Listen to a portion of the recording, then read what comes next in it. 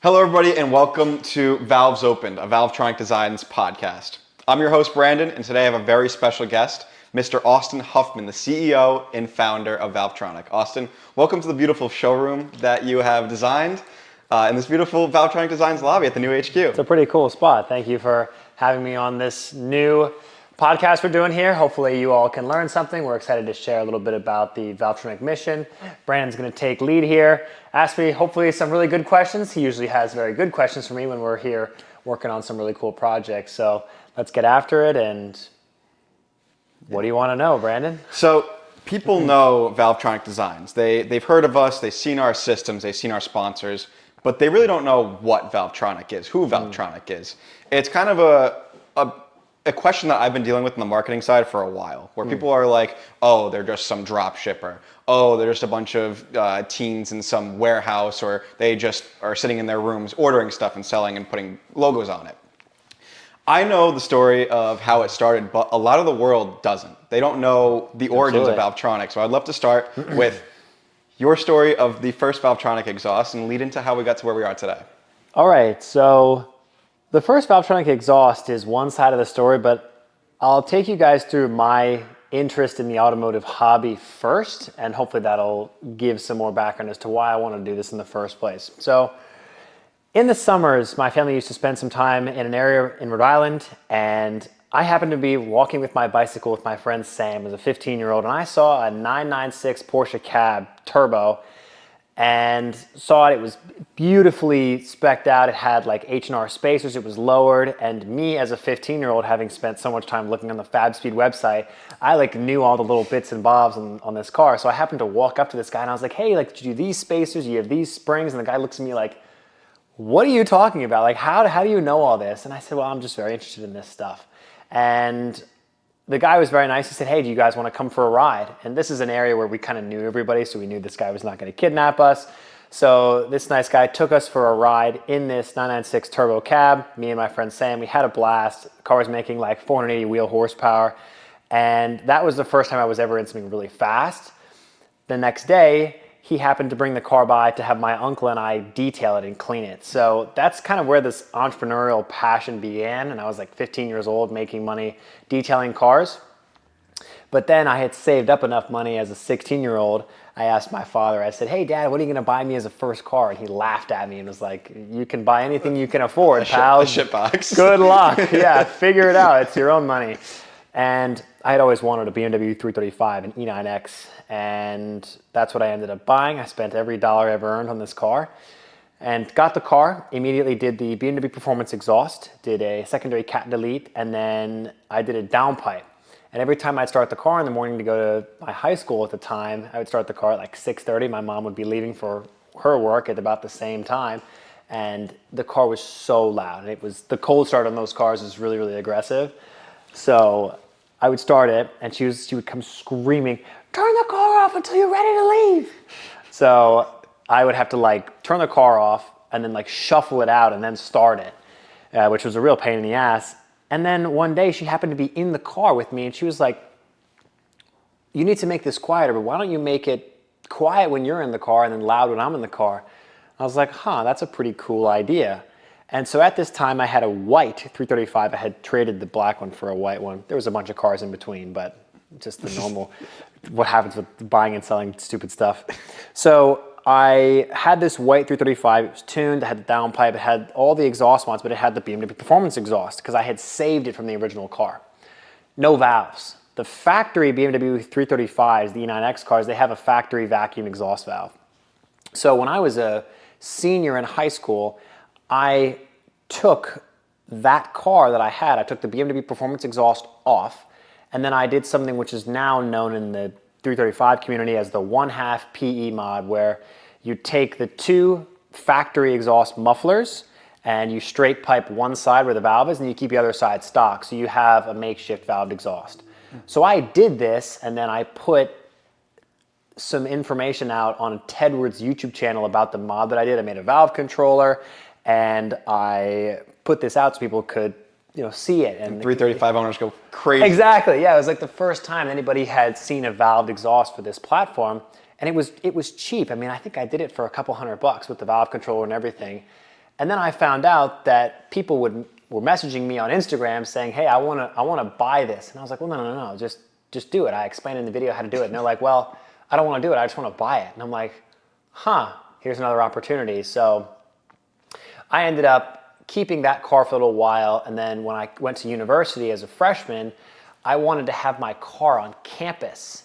Yeah. And so, which nobody, I don't know, people that might be watching this from not from America or in a different area, a lot of freshmen, sophomores in college, they can't take their car. Can't have a car. Same thing with me. I wasn't able to take my Pride and Joy, my E30 at the time to college because you have to have a special permit, you know, whatever it might be. Yeah, it was such a pain. So what I ended up doing is, you know, I'm not a big partier. Like I wasn't super enticed by all that aspect of the college experience.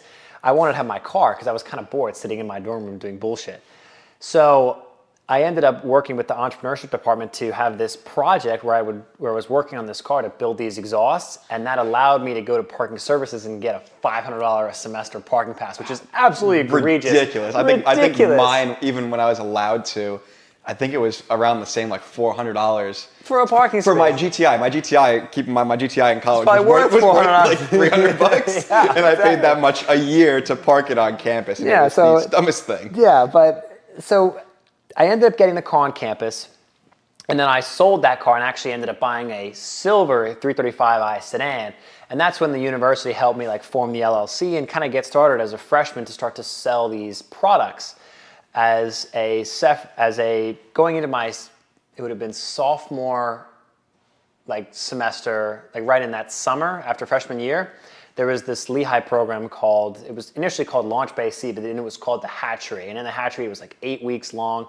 We set up the LLC, we did product development, we did testing, we had a little bit of funding, like a couple $100.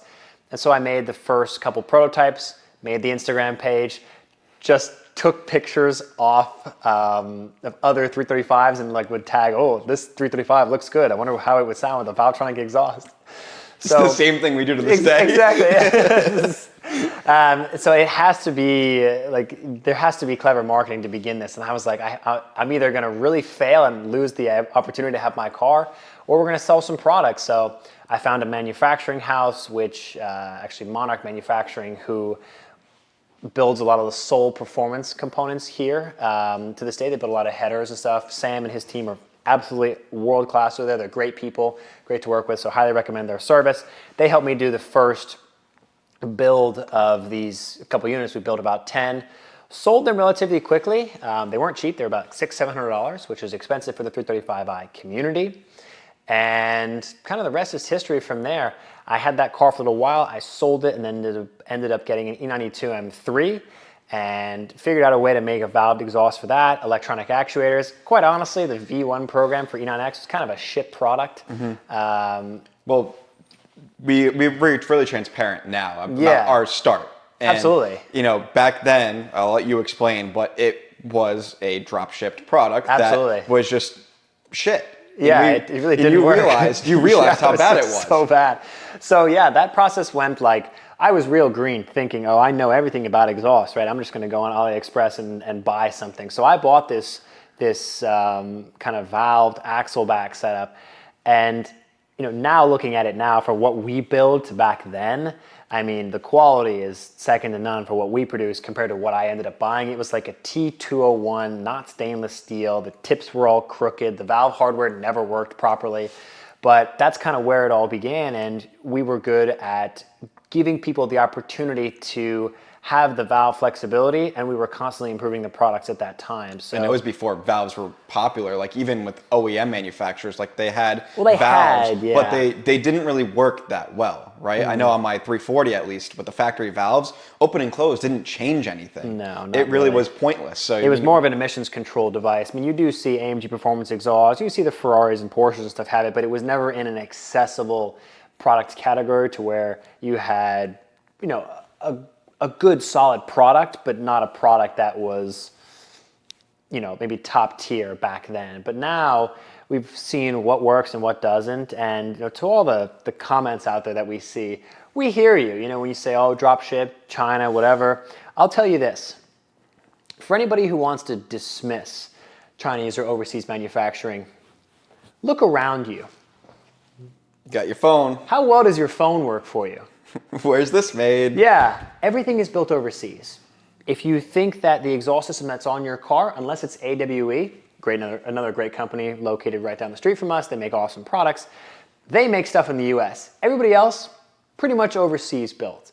So we've spent so much time, effort, and energy to get it right, to get the quality right, to get our suppliers to understand what we need, to make sure the designs are unique so we can offer the best experience. If you want to cheap out and go buy something somewhere else, be our guest. Quite frankly, I'm very fortunate. We've done very well with this stuff, and we've got a lot of great customers around the world who love the products. They love the brand, they love the products. Good people, good marketing. Exactly. It's a family experience, which is the key. Most definitely. And that's what people want to be a part of more than just saying, hey, I bought this AliExpress exhaust for $1,300 and it's already rusting out. It's like... And there's no customer support. Yeah, you people do that, and that's fine. But there's a lot of other companies out there that they'll relabel stuff. It's just the companies will fail because they don't understand that it's not all about the product. It's about the service, the deliverability, the communication, how you feel when you interact with the product, and also how that product was represented to you. Sound clips are the best in the business, and we've worked so hard. Like, we have a private airstrip now that we're using for sound clips. Our objective is to communicate the experience someone will have and how much excitement a Valtronic exhaust will bring, rather than the alternative. So that's what we do, and I mean, it's been very, very, very successful thus far, but we have definitely a lot to learn. We're not naive to that. Yeah. And I know the last thing that you referenced was that V2 program, the E9X, which was kind of the shift of this company from just doing something small to kind of branching out to do a little bit more. Definitely. And that was the time when you found me, when I started working. Oh, here we go. Here's where the world really took shape here. So, I was just a dumb frat kid, 19 years old, had no idea what I was going to do, and I got an Instagram message from this man right here saying, hey, we want to sponsor you. And my first response to that was, yeah, I'll take a free exhaust, as most people would. But my follow-up was, I want a job. I'm in school for marketing and management. I want a job. And literally 24 hours later, I'm on the phone with you and your former co-owner of the company. And 24 hours later, I have a contract, and I take over the social media of Valvetronic, which is great. And we're in. Yeah, that was a really big turning point for us. I know, even myself especially, it was when bringing on people is obviously the biggest thing that changes the landscape of a business, because people matter. It's the only way you can scale, and I've found a lot that good people make up the brand. If you don't have good people, you might don't even start, because that's what happens. So maybe some point of reference for a lot of the smaller shops out there, or smaller businesses, if they can learn anything from this podcast, is if you're going to be a one-man show, that's fine. You get yourself started, get some money together, but you will only be successful with good people who are aligned with the same vision, who have the same belief structure, who want to hustle, who want to make it happen.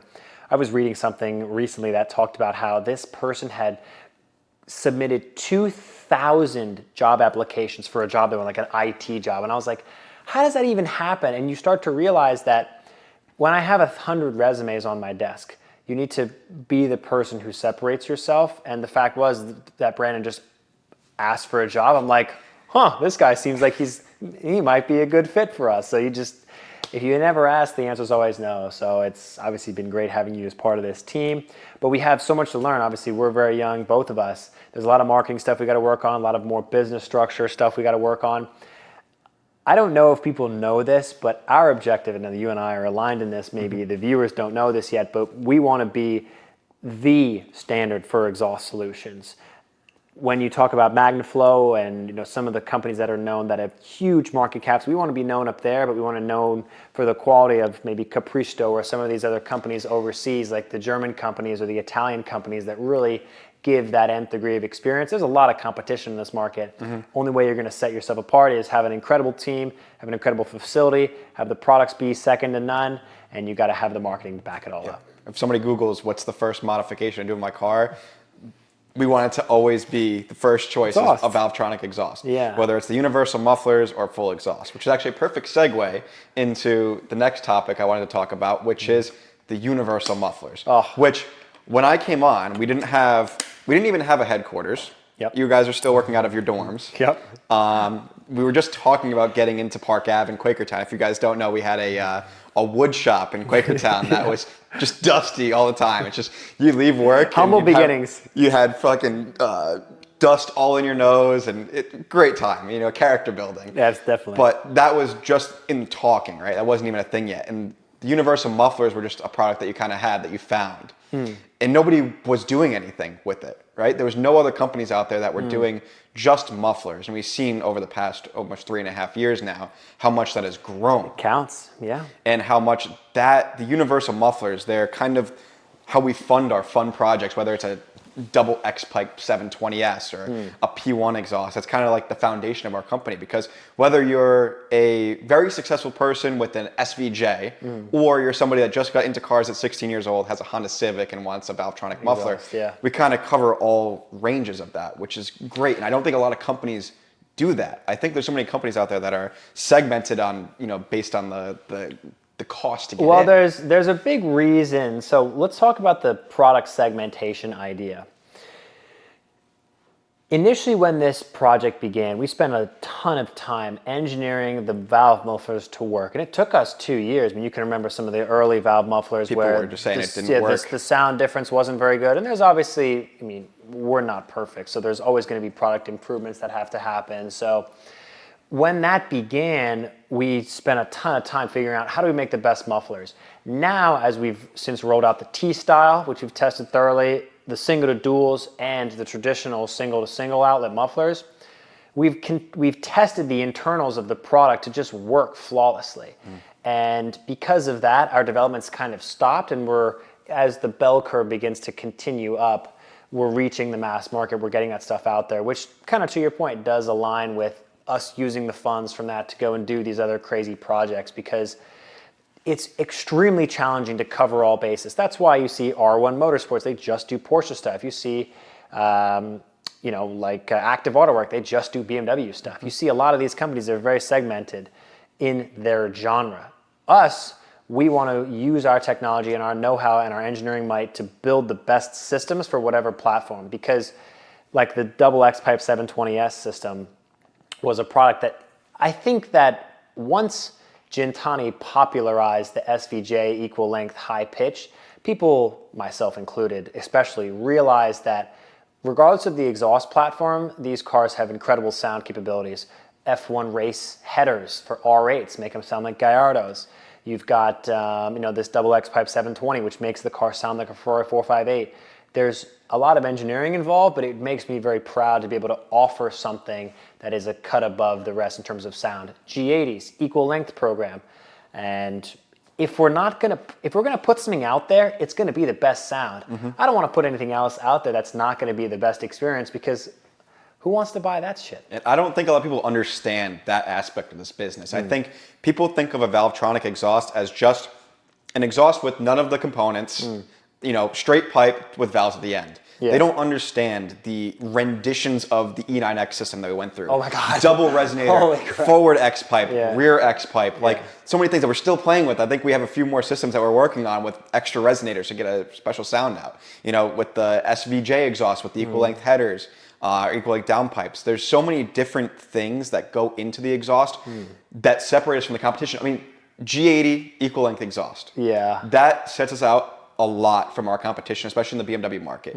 People will always say, oh, there's the same thing on Alibaba. It looks the same. It looks the same. They don't realize the equal length section of that exhaust, how complex it is, God, it was so the problems. I'd like to kind of go over the problems that we have with the G80 God, system. okay. So we go back 2 years ago, back when we first started G80 development. So everybody is asked this, and everybody knows the Zoom sound. Everybody knows the green manual G80. Why does that car sound so good? And for those of you who are listening to this podcast, you guys are going to get the answers as to why. When we developed that system, we got one of the first G80s in the country. It was a manual car supplied by us by the Stant Shop. Keith over there runs the Stant Shop. They're a dealer of ours. Hit him up if you want to get an exhaust. What happened is he gave us the car. We made an equal length mid pipe, but the car was a manual. And so us being very new to this and not understanding the difference in transmission geometry and stuff. We didn't realize that the mid pipes that might fit on a manual car might not fit on an automatic car. So we did the development, we did the engineering, we made the system work on the manual car, and then we made 10 units. We were the first to develop anything for the platforms. People were really excited. We shipped those 10 units out. One of them happened to go to Zoom, who was the first like big promoter of this. I remember talking to him, back then. He was going to go with, I think, someone else. Yeah, I forget what company he was going with, but PSI. Yeah, PSI, that's what it was. And I called him up and I said, hey man, you have personally, myself and Austin, reaching out to you, we want to partner with you. I think he had like 2,000, 3,000 followers at the time. Yeah. And I thought like there's so much potential in Sumit. He's a great person, very energetic, very excited about it. Definitely. So we ended up selling him on the product and he became the face of the G80 program. Absolutely. Overnight. It was huge. Still to this day. So everybody loves the sound of that green car, but what happened after that was the following. The 10 units went out. They went out to everybody, and then out of the 10, there was only, I think, 3 cars that were manuals. The other 7 were automatics. So really quickly, the automatic people, they said, hey, it doesn't fit. And I said, no way. And then we found out because the transmission was different. So we got another G80 in an automatic at the time. We got it in. We adjusted our fixture. And we had everybody send us back. We sent them return labels. We sent them the original systems back. We modified them to work on the automatics, and we sent them back out. But there were 3 units that still existed. Yep. Zoom had one. We now have the other one.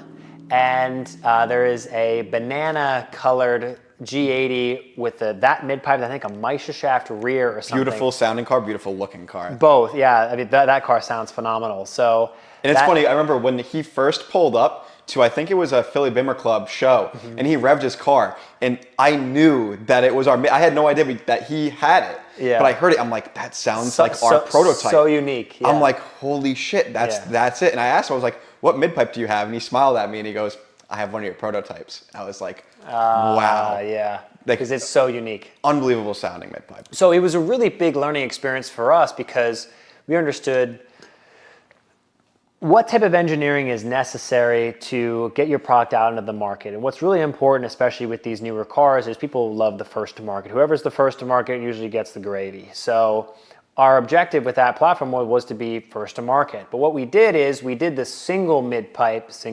non-equal length for a little while.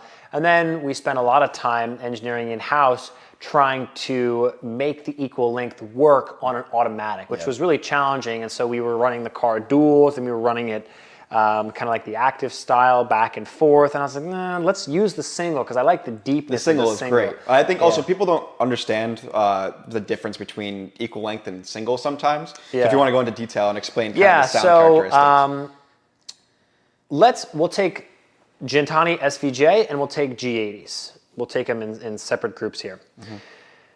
When the Aventador came out, if anybody's ever looked at an exhaust from an Aventador, which there's actually one right here, I don't know if anybody can see that in the camera, the manifolds were straight with when you did like a catless IPE exhaust. And what happens is one downpipe is like 14 inches, the other one is like 21 inches.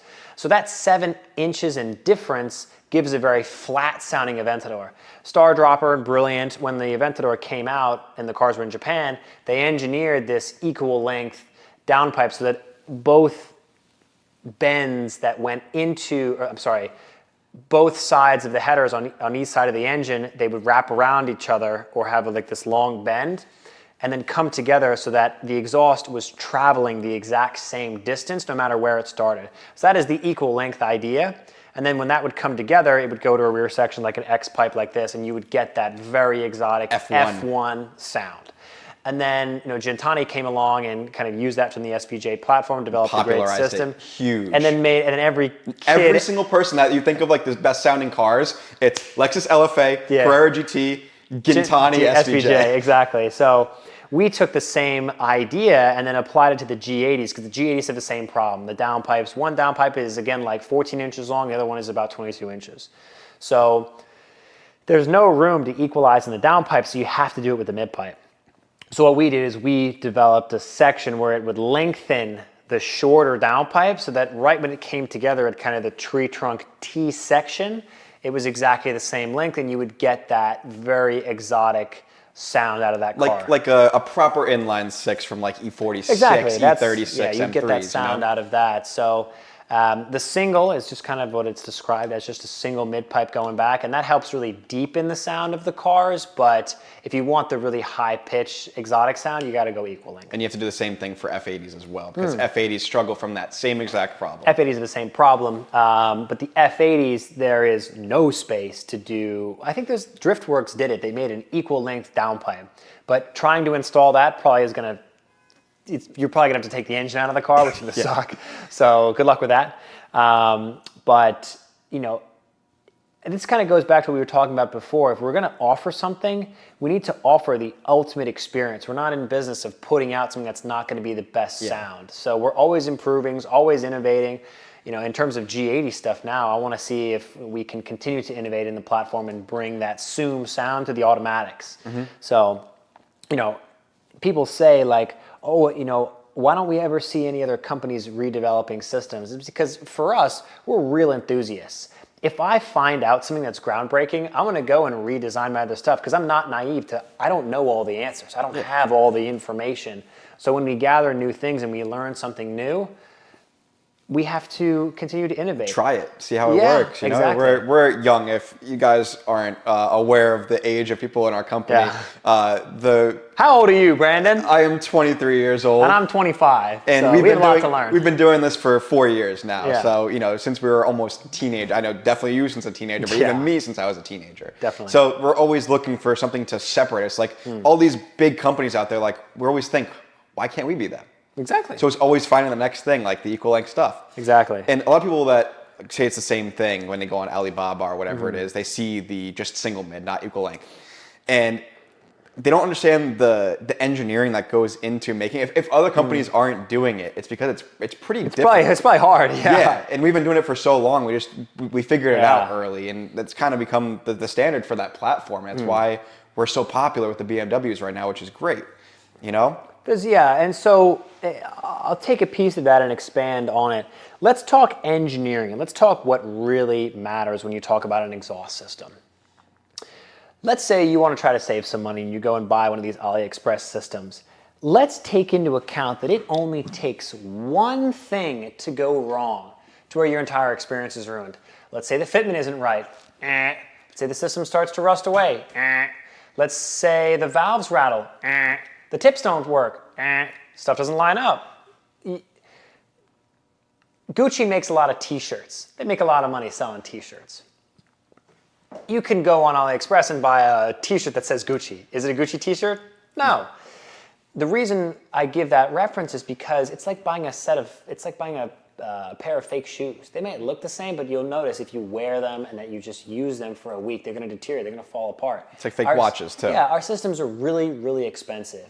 And if you don't want to pay the money, we invite you to wait till Black Friday or maybe contact your local dealer, see if they can get you a better price. Yeah. But if you're saying that we just drop ship stuff, we would have failed long ago if we were just drop shipping. And if you think, respectfully, if you're naive enough to think that nothing can be made properly overseas, pick up anything that's within a 3-foot radius of you and look at the label in the back. Everything is made overseas. And you know what?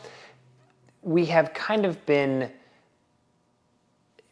there's a lot of information out there nowadays about really good quality products. We see stuff built here in the US. If we were to build a lot of our stuff in the US, it would be double the money. Yeah, the people don't realize that. But it is kind of our end goal, right? Our end goal is to do all in-house, but it costs hundreds of millions of dollars to make a manufacturing plant that keeps up with our demand alone. Yeah, exactly. So it's crazy. And I think we're really getting there. You know, we're making our moves. We're trying to be that AWE. AWE has been around for so long. They're so good at what they do. Exactly. And they're an inspiration to us. And it's a goal of ours. I remember meeting Jamie's one of the owners, and this is a good story. It was BMW Invasion, or it was the Rally. The Poconos Rally, yeah.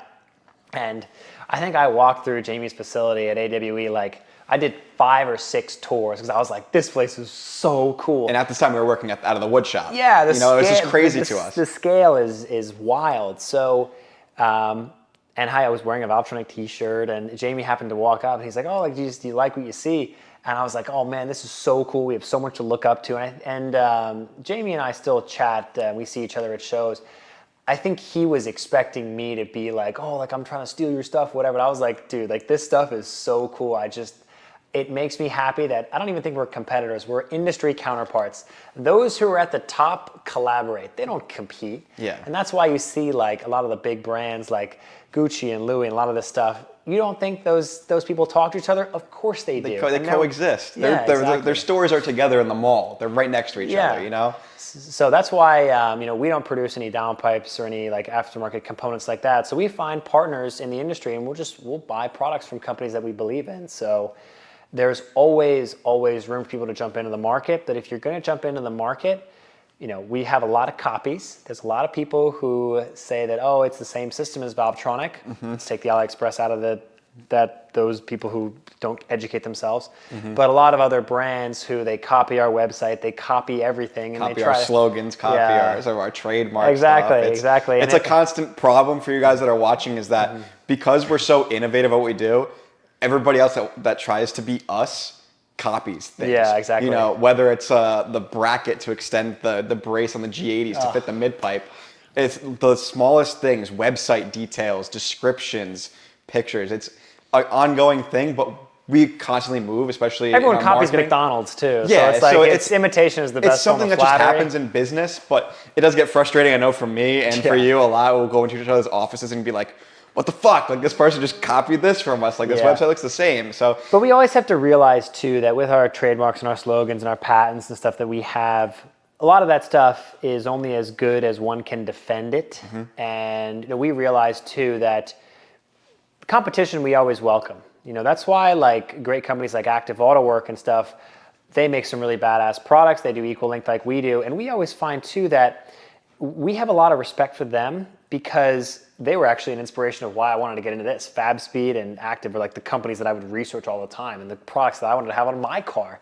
And we find too that someone will get the Valtronic titanium and go, maybe I want to stainless steel, and they'll buy the Active. Or someone gets the Active and says, I like it, but I think I want to try the Valtronic titanium. So the customers are all the same, and usually the customers will buy more than one setup. So there's a ton of market share out there. But if you're going to compete in the market, you better be ready to have the best service, the best quality, and it is really hard. If you're not dedicated to put your all into this business and this industry and be so obsessed with exhaust configurations that that's all you dream and sleep about, or you dream about when you sleep, don't even start. Because I've seen a lot of other companies that have asked me for guidance just on a personal level, and I'm like, don't even start. Because if you try to start now, you're just going to be labeled like all the other AliExpress dropship companies. And we go after them because we know we're trying to protect the customer. Because if a customer comes to us and they have a problem, we're going to fix it. Most of us know the answers off the top we know. of our head. Yeah, like because we've been doing it for so long. Exactly. We've seen it. We see the problems. We know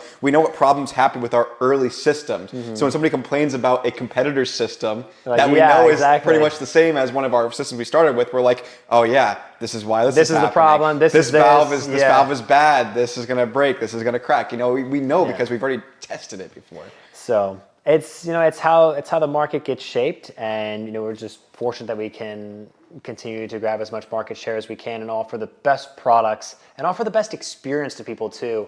When you reach out to our customer service teams, we've had some email issues that we've been working on to fix. So pain in the ass. My goodness, there's a lot of things too. I mean, in terms of offering good margins for our dealers and making sure everybody's taken care of, there is so much behind the scenes money that just flows out of the business to obviously they pay for salaries and stuff like that. Keep things in stock too, which Keeping is a big things in thing. stock is one thing, but also just IT work and management softwares and inventory operations systems and shipping. It's just we end up becoming a data business, not, that's when our scale, we become really analyzing all the data to understand how we can improve, not just saying, oh, we need more sales. It's more saying, let's improve the product quality, keep the cost the same, improve the materials used, and you try to increase the scale that we're ordering and manufacturing the items so that we can bring the cost down for the consumer. Yep. Because that's the goal at the end of the day. We want to do the volume and we want everybody to be able to enjoy the ultimate experience, which is a Valtronic exhaust. Yeah. So I know we talked a lot about development, but I'd love to go back to the wood shop for a second, which is our first HQ, which was really low key because it wasn't the best. We shared it with a bunch of literal wood shop workers and worked in dust and had to make it work. We had to deal with what we had. Definitely. And we have clearly come a long way. So if you want to talk about, that process of kind of getting us to the next level where we can invite people in, have people buy at our place, pick up at our place, the car show that's coming up here on April 27th. Yeah. I'd like to just in terms of having a facility that is the Hollywood set, right? I've spent so much time looking at design plans and how I want the space to look and is it attractive and should we put this here and that there. My dream when we began this is when you look at the spaces like AWE and what Fab Speed has and all these really cool companies that have incredible facilities, that's another part of why someone would want to work with a brand. It's the personalities you deal with, us and the rest of the large Valtronic staff now that we have, good people, but also this facility I wanted to really make special, not even just for people who want to come in, but for the people who work here. Because people spend a lot of time here, and if it can be a warm and inviting environment, it's a place that people get excited to come to every day, the work product is going to increase, and people are going to be more happy with the way they work and how their tasks are going. And for me, the dream space is always going to be big warehouse, tons of pallet racks, ability to store stuff, because we find no one wants to wait for anything. COVID may have kind of told people, oh, you have to wait. People were getting forced to wait, but ultimately no one wants to wait for anything. Yeah. So we find a lot of times securing sales means that you have to have everything in stock at all times. And the amount of inventory that's sitting outside behind these walls is ridiculous. And it's crazy. We have to have it because there could be a day where 20 titanium G80s they sell like that and we got to get them out same day and they're gone. So having, a clear span warehouse, bought the building, it was actually a manufacturing machine shop beforehand. And when I tell you you never saw it, I don't think. I only saw videos and then I did see it when we pulled up that day when you surprised us with the facility. Oh yes, okay. So but I think some work had been done with it since the first time that you saw it. It might have looked a little bit different. Some stuff, yeah, but the place was extremely dark, extremely dingy, kind of run down. The bones of the building are good because it's like a cinder block building. But other than that, it was really gross in here. It took them 2 solid weeks of just power washing to get all the dirt and all the just machining oils and all the shit off the ground. It was a mess. So, we went through and I spent a bunch of money getting the place cleaned up and, having everything power washed and cleaned and painted and, transforming. I'm not a good contractor, I say. I'm fortunate that I have a pretty good contractor who helps out with this stuff, but creating that very special space for us was kind of the dream. This is a short-term dream. I have really big dreams, but it's a big milestone. And I remember when we pulled up that day when I had a cigar. Yeah. Have you ever seen me smoke a cigar? He dropped the address in right when we were leaving work from the old facility and goes, go here in 45 minutes. And we're all like, okay. I pull up, he's on the hood of his Miata with a cigar in his mouth. Also does not drink or smoke. Never. Ever. Very rarely a sip of alcohol, never mind a cigar in your mouth on top of the Miata. But it was definitely that moment where we were like, shit. This is real. This is real. Yeah. And it's something that I was waiting for years. I can't imagine how, excited it was for you and for seeing the way that this place is now. It's great. And I know myself, I'm very excited for this car show. Oh, it's the grand cool, opening man. car show. Cool. Just to show up the facility because of all the hard work that was put in. By the way, I didn't tell you this. Otto Chafin is coming. Oh, he is? Alex is coming. Keller's coming. Like everybody's coming. Sick. So it's gonna be a party. All right, it's gonna cool. be good. Yeah, it's gonna be. I cannot wait. This is a big moment for us. Absolutely. So. But you know what is funny? And when we talk about the facility and all the stuff, I have, and I know you do too, we have such a go-getter mentality that we sometimes have a hard time slowing down and saying, let us just be happy for where we are. And it's something that I've had to work on a lot with myself, because I realized that I was working and trying to close deals from like 7 in the morning when I would wake up to like 11:30 when I would get home. And now, quite frankly, I'll still do that, but I watch Suits to relax myself before I go to sleep. So giving yourself that time to just kind of unwind and reset has allowed the work to be more productive, and I'm able to look at the bigger picture. But for a long time, there was so much hustle all the time that I didn't even realize what I was doing. I was just checking things off the list. And I think that's healthy, but it's very important to be able to take a step back. And sometimes, I mean, I know you see it sometimes, and I know the packing team does as well. I just walk around and I just think, and I'm just like walking around. I'll walk outside, I'll look at stuff, look at the building, and that's kind of cleansing for me, because there's always more work to be done. But it's important to kind of take a step back and just realize and look at how far we've come, especially in such a short amount of time. But I want to keep the trajectory up and keep us focused to the next level. Yeah, it's a balance. It really is, because I found myself in that same situation for a really long time, where it was Valtronic from the time I wake up to the moment I go to sleep. Yeah. And it's good. It shows that you're dedicated, but it comes to a point where you might be stressing yourself out a little bit more than you should. Definitely. And a break does a little bit better.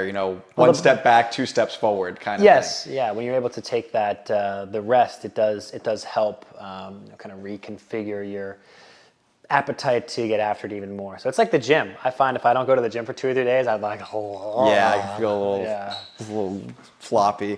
Exactly. But so we talked about the new facility. Any other plans that you have going on here, or what's going on? What's the next 3 months looking like for us? Next 3 months, I'm very, very excited for this event. I want to continue the mass marketability of the universal mufflers. And the reason I say this is because, and although we've already talked about it a little bit, when you take back what is it we're really trying to do here, we want to offer people the ability to enjoy the automotive hobby. If people are not able to have loud cars, and we've got exhaust cameras for loudness, and we've got ordinances for HOAs and stuff, we're going to lose our hobby really fast. And unfortunately, if you're one of the peoples who think that it's cool to run from the police or do this dumb takeover stuff, you're going to ruin the hobby for all of us. But if we can have a good number of people who are respectful, they live in an HOA community, and they've got a cammed vet, and now they've got universal mufflers on it so that no one hates their guts, everybody wins, whether it's pickup trucks, Subarus, daily drivers, trucks, like just anything that we can allow for it to be easy to put the universal valve muffler on, we will change the way that people interact with the automotive hobby. And also, people on the outset, I find for all the vehicles that I have, the TRX is probably the loudest thing with the bypass pipes. When the valves are open, it is utterly ear-shattering. It shakes this whole It's crazy. facility. The whole facility shakes. So I drive it maybe 25% of the time with it opened, and then 75% of it with it closed. The Boxster, I drive probably 80% opened, maybe 20% closed. The Miata is about 50-50, and the E92 is about 50-50 as well. So the product has such a wide application, because somebody could open it once in a blue moon, and then somebody could close it once in a blue moon. It's perfect because it fits into your life. It's funny because it switched up for me. I remember on my GTI and E30, I would only drive them with the valves open, and I would only close them to when I needed to get home late or leave early in the morning. Yeah. Since then, with my 340, I drive around in comfort mode with the valves closed 90% of the time. Yeah. And then I'll open it up and go into sport mode, one time, as I'm leaving work, or if I find a cool back road, and then close it again, get back in comfort, and drive normally. It's a daily driver, so your appetite to how you interact with the product will continue to change. But you always have that option. Always have the option. If it changes, it's like, okay, I can just switch it up and just and close also it more. too, I've noticed, I've been in situations where I've this is really funny. I don't think I ever told you this. I got an exhaust ticket in my M2, the white one, the F87. I told you this? No, I don't think so. Okay, so that was the one time where I didn't have the valves plugged in, and the guy was like, "This car is way too loud," and I'm like, I can explain. Like, look, there's exhaust valves," and he's like, "Well, why don't you have them closed?" And I was like, "I literally installed the exhaust today. I didn't wire it yet. I'm going home to wire the control box." He was like, "Should have wired it. Here's a $50 ticket," and I think I should probably find it, print it out, and then frame it in my office, because that'd be really funny. But it was the only time where I found the exhaust valves didn't work to save me from like a ticket or a problem. I've buzzed past an officer once before. Not to say that anybody should do this. This is all hypothetically, allegedly, but the cop was really cool. And it was in, what was I in? I think it was in the E92, the red one, the first one. Mm-hmm. And I had the valves open, just so I roared past this person. And then I got stopped. I closed the valves. And I'm like, "I don't know, officer, like this car is stock. It's quiet." He goes, "Huh, it must have been someone else." "You, sir, have a nice day." And I was like an 18-year-old. This is at this point. So I told him, I was like, "Hey, like actually it was me, but I wanted to show you that this is really cool. Maybe just let," and he was like, "Oh, like I'm a car guy. This is really cool. I've never seen this before. I'm not going to give you a ticket because you said that. Car sounded good when it was open, but it's clever with the technology that you have." So just allowing people to have a more favorable interaction with their neighbors. Even myself, when I hear a really loud car go by, especially one that doesn't have a Valtronic exhaust and it sounds really bad, I'm like, this person's such an asshole. Yeah, my taste for exhaust has changed a lot. Oh my God, over the like years. if something is not really pure, smooth F1 and exotic, get lost. When you're around it as much as we are, it's Yeah. like, I remember I didn't really care that much about like the actual sound engineering when I first started. And since then it's like, I can tell when there's a good exhaust and when there's not. I also find it too, and I'm sure you look at more videos than I do, it's easy to tell when a car has a Valtronic exhaust, especially G80s. Yeah. Like I remember there was a collection of videos, and you could tell specifically, it was like a collage of 10 videos on this like car page, and you could tell 2 of the cars were Valtronic titanium, and you could hear that just sounded leagues better than all the other ones. Mm-hmm. And I'm like, well, number 7 and number 6 both are Valtronic exhausts. So that's how it's got to be, man. If you're not going to put out the best stuff, do not even start. You're going to lose. Yep. So, well, I don't know if you have anything else to add, but I think that kind of wraps up, where Valvetronic started, kind of the hurdles that we went through. a lot of hurdles. A lot of hurdles. Lots to learn. And Definitely. where we are now and where we're going in the future. So I don't know if you want to add anything else. Well, this was very enjoyable. I think we'll be doing more of these in the future. And if there's any topics that maybe you guys as the viewers want to see us elaborate on, definitely feel free to leave them in the comments below. Whatever we can do to improve our interaction with the community, and also if you guys have questions about how this business might work, or if you wanted to start your own business, don't start an exhaust business because that means you're competing with us and you're going to lose.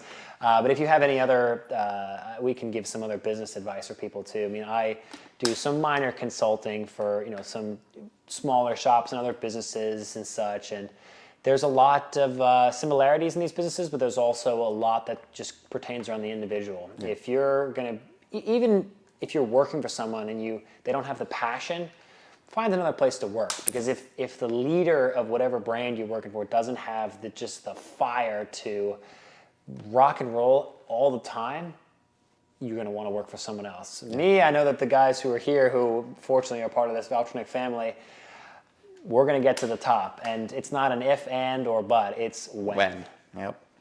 So that's it. Yeah, there's a lot of knowledge between us and the rest of the Valtronic team. So open to any more talking points and more episodes to come, and we'll see, what happens. I'm very excited to go into the summer of 2024, and cool, man. It's going to be a very fun car season for all of us. So Definitely.